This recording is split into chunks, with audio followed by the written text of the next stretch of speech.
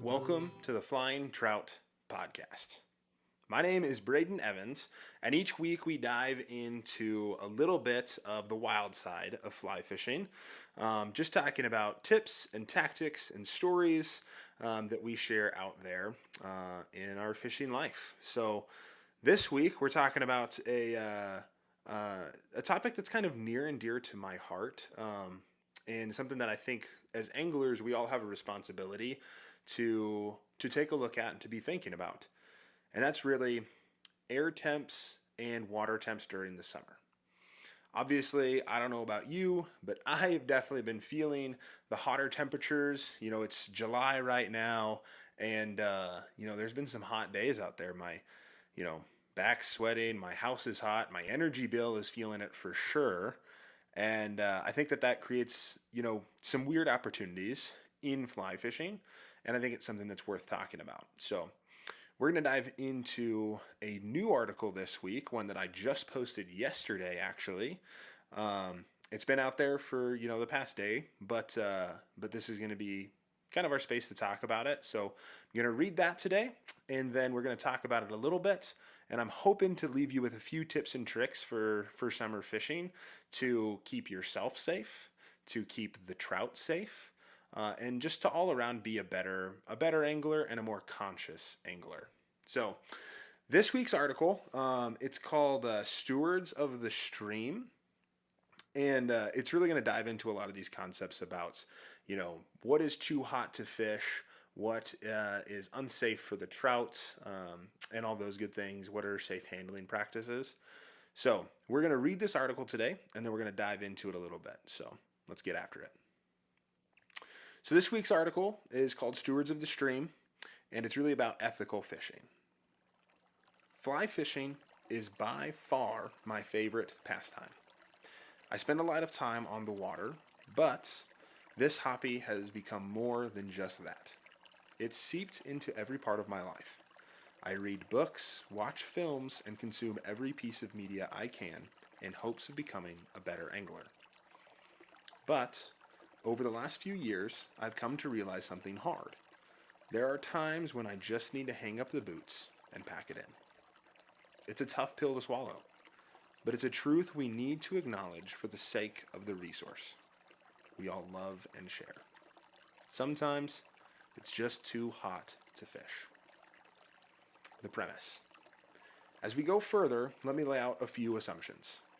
This article is primarily talking about wild trout and catch and release fishing. While many of the same principles apply to stock trout, wild trout populations tend to be more sensitive to environmental conditions. And if you're fishing to harvest your catch, water temperature isn't as relevant because, well, that fish is heading to the pan regardless. But for those of us who want to catch and release and see those fish swim away strong, we need to pay attention to water temps. So why water temperature matters. Trout are cold water fish. Their physiology depends on highly oxygenated, cool water to survive. As water temperatures rise, oxygen levels drop, and trout begin to experience stress even before you hook them. Multiple studies have documented this. According to the U.S. Forest Service, trout begin to experience physiological stress around 68 degrees Fahrenheit, 20 degrees Celsius, and lethal limits for prolonged exposure begin near 73 degrees Fahrenheit, or 23 degrees Celsius. A 2008 study published in Transactions of the American Fishery Society showed that mortality rates spike when catch and release occurs at high water temperatures, especially when combined with long fight times or handling times. The organization Keep Fish Wet cites peer-reviewed research indicating that both air exposure and warmer water significantly increase delayed mortality in trout. This creates a summer paradox. Some of the best fishing conditions, ample bug activity, and aggressive feeding occur when it's simply not safe for the fish. The lesson I learned the hard way. This really hit me last summer. It was an incredible day. I got out early and found a beautiful stretch on my favorite river, and after fishing upstream, I came around a bend to a perfect tail out feeding to a deep pool. I sat down for a quick break, a peanut butter and jelly sandwich, and watched as bugs started to hatch and fish began to rise. It was game on. I tied on a dry fly and immediately began hooking up. For over an hour, it was lights out. Fish after fish, mostly browns, some rainbows, all eager and healthy. But then, the sun climbed high, and the heat became oppressive. My watch read 101 degrees Fahrenheit. I was drenched in sweat when I hooked into a particularly nice rainbow. After a short fight, I netted it, admired it, and took a few pictures. It was out of the water for maybe 30 to 60 seconds, but when I released it, the fish barely responded. It drifted, twitched, and then floated belly up. I scooped it up and tried to revive it, but it was too late. That trout didn't make it, and that moment hit hard. So what I took from that day, I realized that water and air temps matter more than I thought. Trout aren't like us. They don't sweat. They rely on the water to keep their body temperature regulated and their blood oxygenated. When the water is too warm, everything becomes harder for them. Breathing, swimming, even recovering. So here's what I changed. First, I started carrying a water thermometer every time I fish. I started checking temperature guidelines. This one's from Trout Unlimited. They have some really good resources out there. Below 65 degrees Fahrenheit is what we call safe to fish. 65 to 68 degrees Fahrenheit, fish cautiously, keep them wet, and skip photos. Above 68 degrees Fahrenheit, stop fishing. Just give them a break. That thermometer has changed how I fish in the summer. It gives me confidence I'm doing the right thing and allows me to track patterns in my fishing log.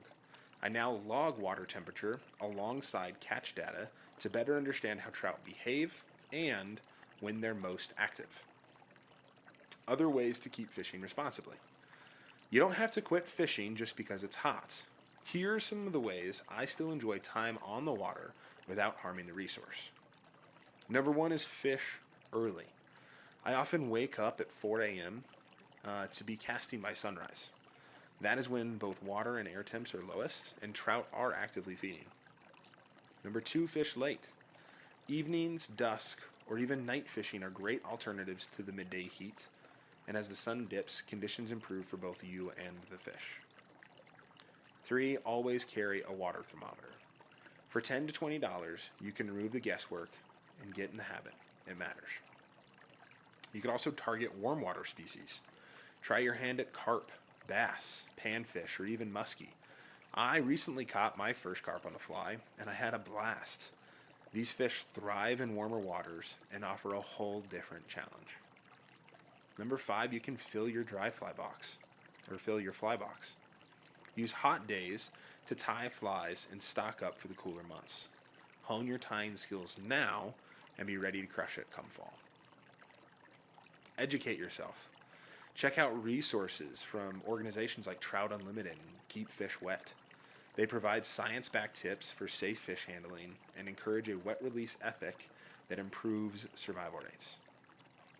Conclusion: fish with intention.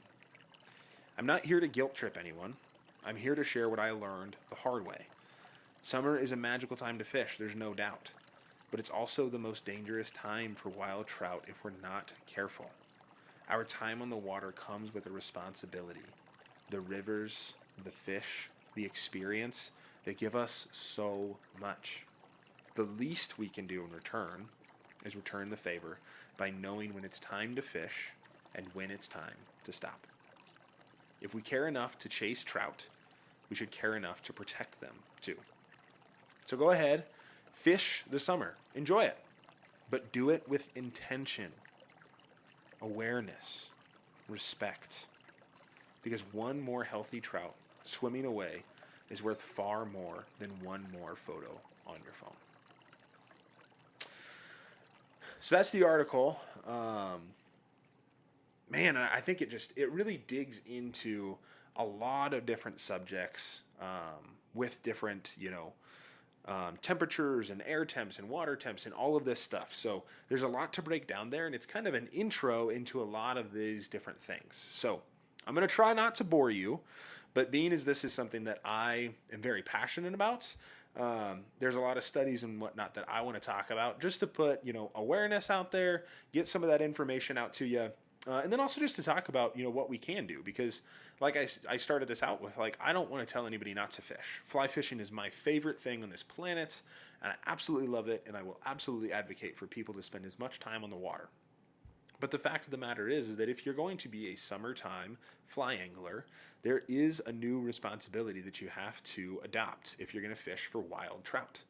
Um, it's a resource that many people in the world don't get. It's a resource that many of us take for granted, I think. And if we're not careful, we could lose the resource. So I don't think we're anywhere close to that right now, but it's something that I think we all need to keep in mind. So we're gonna dive in here. So what happens to trout in warm water? Well, trout are um, they're made for cool water environments. Their ideal ranges is going to be 50 to 60 degrees Fahrenheit, and I've seen that not only in all of these different studies and things like that, but also just from my catching. I kind of talked in the article that after last summer when I had that experience, I started tracking temperatures along with um, my catching data. And so I have a little notebook, and what I'll do is I'll write in there, and I'll say what temperature it was, and I'll take that temperature reading every hour. I don't take it every time I catch a fish, but I'll take that temperature reading, and it's giving me a lot of good data. And so what I found is that typically when that water is between 50 and 60 degrees Fahrenheit, that's when I'm catching the most fish. Anywhere, in the wintertime, if it gets below 50, or in the summer when it's way above 60, then I just don't see as much activity um, in my catches, and that kind of reflects there. But it's also what's best for them from a physiological standpoint. As temps rise in a river, the oxygen level drops a little bit. Okay? And so what that does is it means the water that's coming through trout gills has a little bit less dissolved oxygen, which trout need to breathe. They need that oxygen from the water. And so when those water temps are a little bit higher, they're getting less oxygen. So even just, swimming around and doing their day to day just becomes a little bit harder. Think about like you trying to hold a straw in your mouth and breathe throughout your day. Like it's going to be a little bit harder. Everything's going to be a little bit harder. Yeah, you're going to be able to still do most of what you do, but it's going to make it a little bit harder. I know if I went out and tried to do sprints while holding a straw in my mouth, it's just not going to happen. It's going to, I'm probably going to pass out and heave and hove, and then, nobody's going to be having a good time. Higher temps also speed up trout metabolism, meaning that they need more oxygen and yet they're getting less of it. So it kind of provides this kind of paradoxical environment for them where they need more oxygen and yet the water is supplying them with less. So it's something that we have to keep like in mind heavily. Otherwise, it's just going to be really bad for them. As this stress kind of starts to happen, and they're getting less oxygen, but they need more oxygen. What that does is it puts a lot of stress on their bodies. So physiologically, it's just a hard time for them, and that's why sometimes during summer you see them being so active. They're trying to eat and to do all these things to deal with that increased metabolism, and so that's a huge thing. And what that leads to is called delayed mortality. And so what delayed mortality is it's catching a fish and then you release it and it seems like everything goes fine and the fish is back in its hole. And then a few minutes later, you see that fish rise up and die. It comes belly up the surface. So that's delayed mortality. And it's not, like if you hold a fish out of water for long enough, it's just going to die, right? Like that's just, it needs water to breathe. And so if you get in a situation like that, then it just dies. It's not delayed. But delayed mortality is when that fish has been heavily stressed, is caught, and then it's like trying to play catch up. It's trying to get back up, it's trying to get more oxygen, it's trying to do these things, and it just can't get enough oxygen in its blood, and then it's going to die a few minutes later. So that's what delayed mortality is. And really it's this absence of oxygen that's going to lead to that delayed mortality after being caught. A study here that I think is really good, and if you're a huge fish nerd like me, is definitely a great resource to check out if you want to know more about this. But the U.S. Forest Service and EPA did a research. It's called Stress Begins at 68 degrees Fahrenheit. Lethal thresholds for some species start around 73 and 75 degrees Fahrenheit. What it also found is that brook trout are most sensitive, and then brown trout are slightly more tolerant. And then I think rainbows kind of exist somewhere in between in that spectrum. So, you could always think about that when whether you're fishing whatever resource. So, brook trout, if you're fishing during hot and the water temperatures are becoming, above 68 degrees Fahrenheit, then definitely just stop fishing. But if you're fishing a stream that's mostly browns, then, maybe you could be a little bit more tolerant with it. So it's just something to kind of keep in mind. So when temps rise, trout are already in survival mode before we even cast a fly. It's most people think, oh well, I'm catching these fish all the time. Like it's not going to add more stress catching them during this time of year, that time of the year. But we have to understand what's going on inside of the river, right? Like it's just a different environment for them, and their bodies are already stressed. And so we, as anglers, we're a different predator that comes in and tries to pursue them, and that's fine and that's good. And most of the time, we're just going to catch and release them. But if we're going to be ethical fishermen, we have to think about this a little bit and just keep in mind that trout are already stressed the moment we step into a river. Another thing I want to talk about is just the danger of catch and release in hot conditions.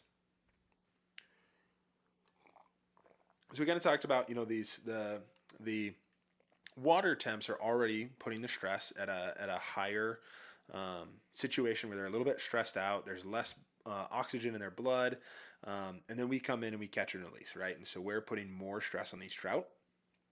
And what multiple studies have shown is that catching fish during warm water conditions, so when it's 68 degrees or above, it increases stress exponentially, especially if the fight lasts for a long time or the fish is handled out of water.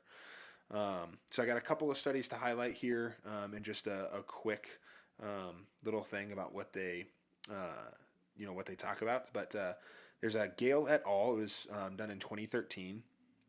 Physiological consequences of catch and release angling is what they called it. And what they found is even 30 seconds of air exposure during elevated water temps can result in 50 to 60% post-release mortality. I don't know about you, but if I was thinking about killing 50 to 60% of the fish I catch, I'd feel pretty terrible, especially if I'm not eating them. Another study, Ferguson and Tuft in 1992, found that rainbow trout exposed to 60 seconds of air during release had significantly higher mortality. So I think something to keep in mind here is even if the fish swims away, like a lot of guys will say that to me, they'll say, oh, well, I caught this fish and released it and it was above 68, but it swam away just fine. That doesn't necessarily mean that it survived, right? If we're talking about this delayed mortality, that fish could have swam away and died after you left. It could have, went downstream and went bellied up. You never know what happened with these fish.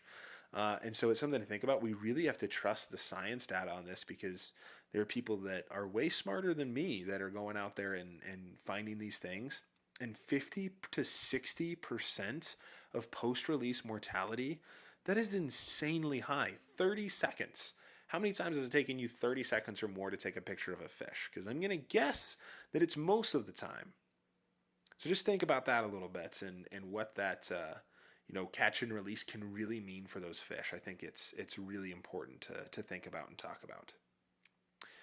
Another thing that I think gets overlooked a lot is air temperature. There's a lot of great resources that talk about water temperature. I talked about Trout Unlimited. I talked about Keep Fish Wet.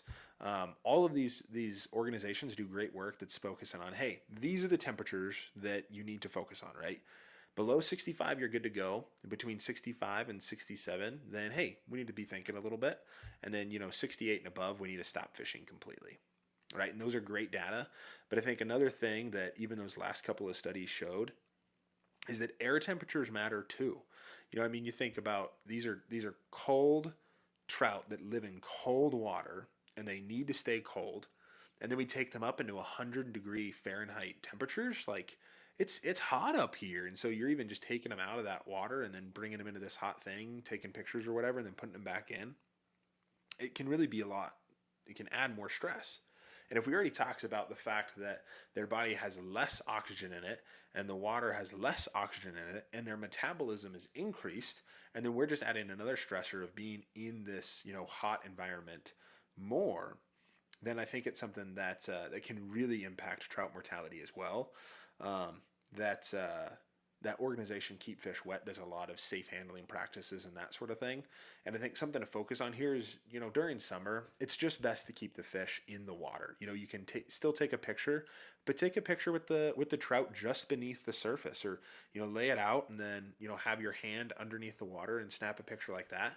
Number one, it can look super cool. It's a great picture, but number two, it's also just going to be better for the trout. So just think about that a little bit. There's a couple of studies here that also showed what this can do. So Gingrich et al. From 2007, when air temperatures exceed 80 degrees Fahrenheit, brief air exposure causes sharp cortisol and lactate spike, which increases mortality. And Isaac et al. In 2020 in freshwater biology, air temperature is the dominant factor in stream temperature spikes in low, clear, sun-exposed rivers.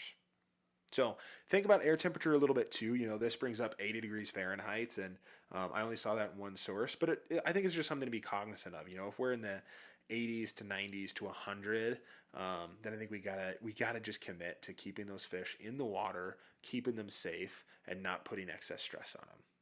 So. Just think about water temps and air temps a little bit more. I tend to like to think like, hey man, if I'm out there and I'm sweating just standing around, then that's not going to be super great for the trout. So, all right, so that's a lot of doom and gloom information, right? That's a lot of, hey, don't do this, don't do that, whatever. But what I want to focus on now is I want to focus on what we can do in the summertime, because I don't want to stop fishing during the summertime. I want to fish during the summertime. I want you to fish during the summertime. I want you to have a great time. I mean, summer brings out the biggest bugs. Fish are eating on grasshoppers and fish are eating on big stoneflies, and all of this fun stuff is happening in the stream. And truly, summer can be one of the most fun times of the year to fish for trout. But I think there's a few things that we can do from a practical standpoint that can help us be better set up to fish in the summertime. So, number one, and I talked about this a lot, so if I'm sounding like a broken record, I apologize, but carry a freaking water thermometer. They're $10 to $20. They don't cost a lot. They clip right onto your vest, and it's super easy to have. And like I said in the article, keeping track of that data, even during fall and winter and spring, has really helped me be able to figure out when in my river systems trout are feeding the most and what they're feeding on. So it's just another data point that you can keep track of to just improve your fishing. So $10 to $20. I got mine from Fish Pond, and I absolutely love it. I think it was like $15. It's not a huge deal, so invest in something like that. It'll go a long way for you. And then follow that Trout Unlimited guide, right? Below 65 degrees Fahrenheit, green light. Fish all day, have a great time, no problems. 65 to 68, that's when we need to be really cautious, keeping those fish in the water so that they can continue to get that oxygen circulating through their body, just because there's less of it available for them. And at 68 degrees Fahrenheit, just stop fishing for trout. Go fish something different. Go fish carp, go fish bass, have a great time. But after 68 degrees, we're done. Second thing is fish early or fish late. If we're talking about water temperature, when is that water temperature going to be in that ideal range for us? Well, it's going to be either early in the morning or it's going to be late at night, right? So I like to wake up at 4 a.m. I can get coffee, a donut, have a great time, and drive out to the river, and I'm fishing by sunrise, and the water is, a great temperature, the air is a great temperature, and I can fish until, 10 or 11 in the morning, I can get 4 or 5 hours of fishing in, have a fantastic time, catch some fish, and then I can hit it home. I can go get brunch with my wife or go paddleboarding or go fish, bass or do something else, but fish early. You can also fish late, after, 5 or 6 p.m. when it starts to cool off a little bit. You still have plenty of summer sun left until, 9 o'clock. So get out there, fish the mornings, fish the evenings, and water temps are going to be a little bit better for you. And I also just think that action's going to be better for you. You're going to catch more fish during those times anyways, so it'll be better for you. 3, and this is kind of a hard one for me, is just skip the photo. Focus on getting those fast releases. Catch your fish, fight it quickly, fight fish quickly. Don't sit there and think that you look super, super cool like fighting this fish. Get it in the net, get it back in the water. If you're going to do anything, then get a a GoPro or something like that and film yourself catching the fish, or snap a really quick picture while it's in the net in the water, and then let the fish go. This isn't the time for those big gripping grins and holding that fish out of the water and having all of that happen. Just skip the photo, take a short video, or even better yet, just let it go. Get out on the water and have a great time. 4th thing, I'm kind of hinted at this, fish freshwater, or not freshwater, trout or freshwater, fish warm water species.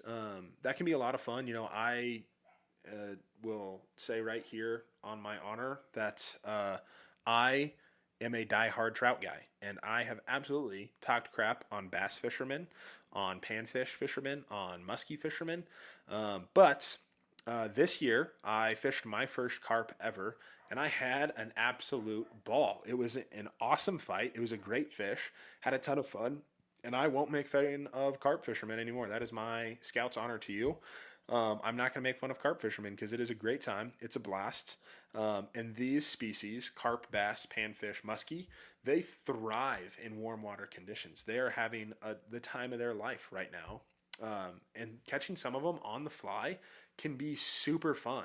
When I caught that carp, I caught it on a dry fly. How many people do you know have caught a carp on a dry fly? I don't know many, but it was a super fun fight. I had a super great time. I still haven't caught my first bass on a fly, but I'm hoping to either this weekend or maybe next. So stay tuned for that. But fish for warm water species. You can still get out there, have a great time, have fun, but those fish are thriving during this time. The other thing you can do is fill your fly box. I think filling your fly box is a great thing to do this time of year. You can sit inside your AC. I know you're paying a ton of money for your AC to be running and keeping that house cool. So sit inside, watch a movie, and just sit there and tie some flies for a little while and perfect those skills. And it's just going to make those fall trips later on way better for you. So I think a key thing here to just talk about is that stewardship isn't just about not fishing or quitting fishing and getting on your high horse and telling everybody they're terrible for going out and fishing. I think it's just knowing when to step back and then how to respond. We have to show that responsibility, and I think that's great. But we also have to realize that if we're not out on the water, other people are just going to come fill in. So educate yourself, educate your friends, and just have them all know, what they need to do and what they need to be looking at when these water temperatures and these air temperatures are getting higher. So don't stress about it too much, but find those areas where you can improve your fishing a little bit and just commit to the resource and protecting that resource. So I will step off my high horse now. I just wanted to say again, hey, thank you so much for listening to the Flying Trouts podcast. This is a super fun thing for me to do. I get to just sit in some room and talk about fishing and everything, and it means the world to me that there's at least a couple people out there listening. So for the couple of you that are out there listening to every podcast and engaging on some of our social stuff, thank you so much. And if you're new here, welcome. I hope this wasn't the craziest podcast for you to listen to for your first one, but we'd love to hear from you. So whether you're new or whether you've been around for the first 6 podcasts, drop a comment, tag us, message us, ask us questions. I'd love to start getting listener questions on here. And we can just keep talking and engaging that way. So that's all I got for you. for this episode. So thanks for joining. Thanks for being here. And I think next week we're going to dive into, I think it's the mono rig next week. Don't quote me on that. But we're going to dive into a couple different styles of fishing and how to fish this kind of Euro nymphing setup, because that's really what I've been switching to. So that's what we'll be talking about next week. Until then, get out there, fish early, fish smart, be a steward of the resource and of the water. And of course, as always, fish well, friends. We'll see you out there.